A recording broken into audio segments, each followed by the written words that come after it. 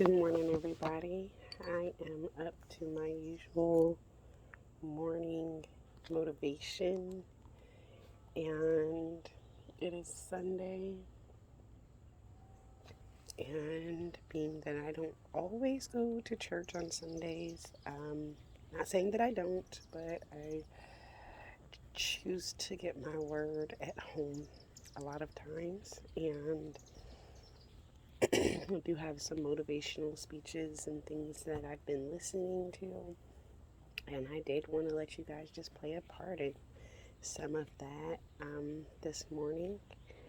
And I want to thank all of my subscribers, the ones who continue to subscribe, and the new subscribers. I am Kat the Empress, in case you do not know.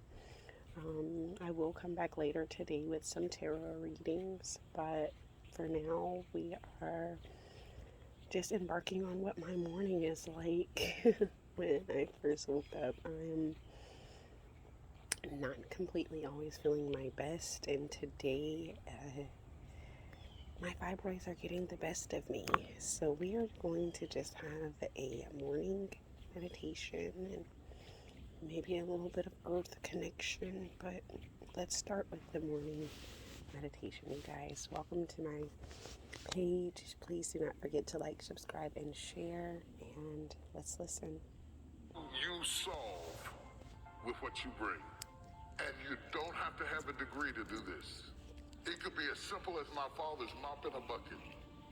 My father ended up with 52 employees in the 60s because he built a business that solved a problem. Not all of us will be doctors. Not all of us will be chemists. Not all of us will be lawyers. Not all of us will be astronauts. But the astronaut still needs a plumber. The doctor still needs an electrician. Whatever your business is, it must be an answer to somebody's problem. It must solve that problem and fix that problem. And when you do whatever you do and you find yourself maxing out at what you do is not who you are. What you do is not who you are.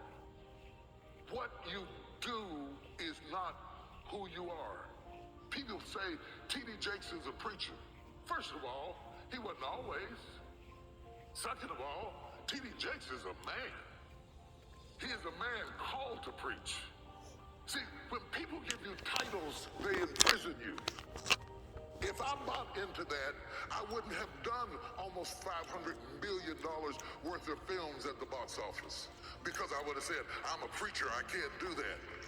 Don't let anybody lock you up with a title in a prison that is beneath your level of gifting. You are whatever is in you. You are whatever is inside of you. You are whatever you think about at night. You are whatever you dream. You are whatever is in your head. I want to break somebody out of jail right now. You are more than what people call you. Am I in the right place? You are more than the job title that you have. You are more than the company you work for. You are more than anything you have experienced up to this point. You are everything that gives you energy when you think about it. Find out what are the things that make you leap out of the bed in the morning. What are the things that give you energy when you think about them? Your purpose is in your passion. Your purpose is in your passion. Don't sit there and say, I don't know why I'm here. You do know why you're here. Find the thing that gives you energy when you do it. That ideas start teeming over in your head when you get in it. Find the thing that when you get into it, you're curious about it. You're attracted to it. You're drawn to it. Because whatever the anointing you respect is the anointing you receive. Oh, can I talk to you, somebody? The anointing you respect is the anointing you receive. So the person that you idolize, you probably idolize them because they're doing something that is in you. Other people ignore them. And you would walk a mile to hear them or see them or hear them sing or watch them build or hear them orate or whatever it is that they do. It's because it's in you. When I was 8 years old, I was sitting in the back of the car with my mother, and my mother was a speaker, and she went out and did public speaking. And I was sitting in the back of the car. At 8 years old, I said, right now I'm going to hear you speak. And they called me Miss Jake's son. But the time will come, you'll come to hear me speak, and they'll call you Tom Jake's mother. Instincts are inside of you, and they are never one-dimensional. You are more than your job. So if your job goes down, it doesn't mean you have to go down. While you're working for a company, never stop branding yourself. One of the problems that I find prevalent He with said a millennials who, mouthful. by the way, I 'Cause you love are your mentoring brand. you above anybody. You are your brand. You are the best investment because you have the longest shelf life. Mm-hmm. You will outlast me, and you assure the fact that my work continues. Yes, I cannot Lord. have success without a successor. So I'm committed to you winning. Let me say that first of all. I am committed to you winning. The problem is, your strength is your weakness. You were raised with technology, which is a great strength, but it's also a great weakness. Because when you are raised with something that responds in predictable ways by touch, when you are Right. placed in unpredictable situations, you don't do well. Okay, TD. Because you expect people to respond like computers. And they They do don't. not. People respond in unpredictable ways. Amen. And let me tell you something that you're going to have to become more proficient in. Relationships. And relationships are not text. They're not tweets. They're communication. We are designed that we read more than language. I don't have to, like a minute ago, you were doing what you were doing. I didn't know what it meant, but I felt what it meant. So communication is more than speech. It's eye language, it's body language, it's voice inflection. All of those are tools. Because when you get ready to do business, people don't just do business with ideas. People do business with people. They do business with people. And you have to understand, in building that process, it is not like building a face page. There's work to it. And one of the mistakes we made, and when I say we, I mean my generation, I mean anybody that you admire. It may not be me, it may be Diddy, it may be Diddy, it may be Oprah, it may be Tyler Perry, it may be somebody you saw, maybe Beyonce. You see us after we arrive. Right. Not You during the didn't see us when we process. struggled. Okay. So when you decide, I'm going to be like him, you're coming in at the end of the movie. You missed the days I couldn't feed my kids. You missed the day that I went out in the field and gathered apples to feed my kids or used paper towels for diapers because I couldn't buy diapers. You came in later when you saw me on TV, and you want to leap over all of those no's to get to a yes. See how that works. But it is the 400 no's that lady was talking about. Yes. Before the yes that makes you who you are. And when you get a no, you give up and say, this must not be it. That's not true. Because faith without That woman works. got 399 no's before Before she she got got her one first yes. That part. You have to have the resolve inside of yourself to resist the temptation to believe the detractors and to continue to believe the voice within. And why is that important? It is the strength you gain from your failures that make you strong enough to stand up to your success.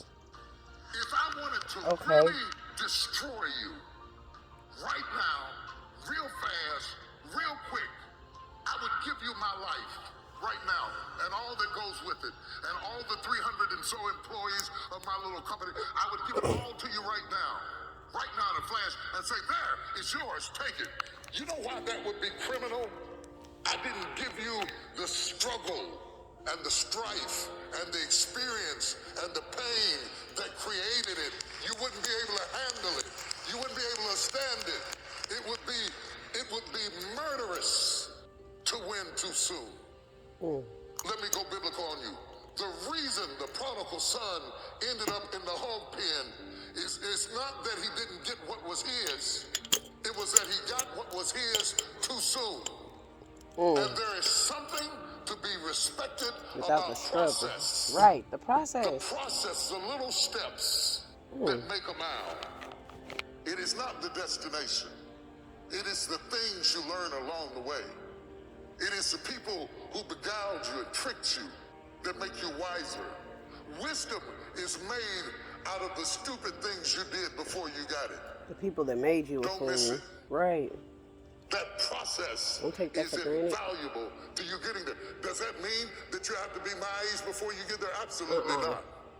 Not But at it all. does mean that you don't go from thinking a thought to producing an idea without pain no more than a woman goes from having sex to getting up in the morning with a baby in her arms. The gestation period is critical. Oh, that was a Gestation great comparison. creates formation. They teach CEOs to always be interviewing. And when I learned that, every time I have lunch or eat with somebody or meet somebody at the bus stop or ride in a car with somebody, I'm always asking questions. They don't know, but I'm secretly interviewing them, seeing if they have a skill that I can use in our company or on our team, or if they have some ability that would accentuate me. Because I always want to surround myself with people who are good at what I am not good at. I guarantee you, if I look into your phone, your phone is filled with names of people who do what you do. You gotta break out of the box of only hanging out with people who do what you do. Because if you only surround yourself with people who do what you do, Hold on, y'all. I gotta play that back because that was serious. they will compete. I don't It think is I the things you learn along the way. It is the people who beguiled you and tricked you that make you wiser. Wisdom is made out of the stupid things you did before you got it. Don't miss it. That process is invaluable to you getting there. Does that mean that you have to be my age before you get there? Absolutely not.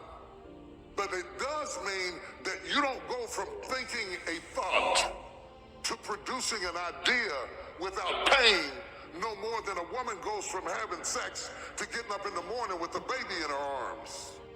The gestation period is critical. Gestation creates formation. Yes, sir. Lord, I They needed teach that. CEOs to always be interviewing. And when I learned that, every time I have lunch or eat with somebody or meet somebody at the bus stop or ride in a car with somebody, I'm always asking questions. They don't know, but I'm secretly interviewing them, seeing if they have a skill that I can use in our company or on our team, or they have some ability that would accentuate me. Because I always want to surround myself with people who are good at what I am not good at. I guarantee you, if I look into your phone is filled with names of people who do what you do. You gotta break out of the box of only hanging out with people who do what you do. Because if you only surround yourself with people who do what you do, inevitably, they will compete with you. But if you surround yourself with people who are good at what you're not good at, they will complete you. Go from surrounding yourself with people who compete with you to surrounding yourself with people who complete you. Excuse me.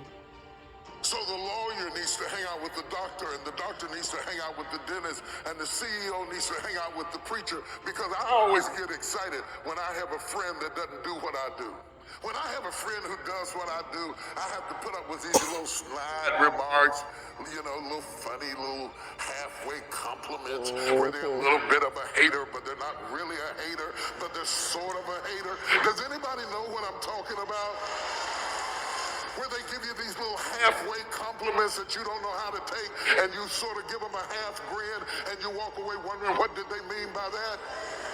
That part. Put those people at the back of the list and find somebody who does what you don't do, because they will complete you, they will fulfill you, they will strengthen you, and they will make you more rounded, and they will give you different perspectives. If you have the courage to admit what you're not good at, you will find out who to pick to surround yourself with.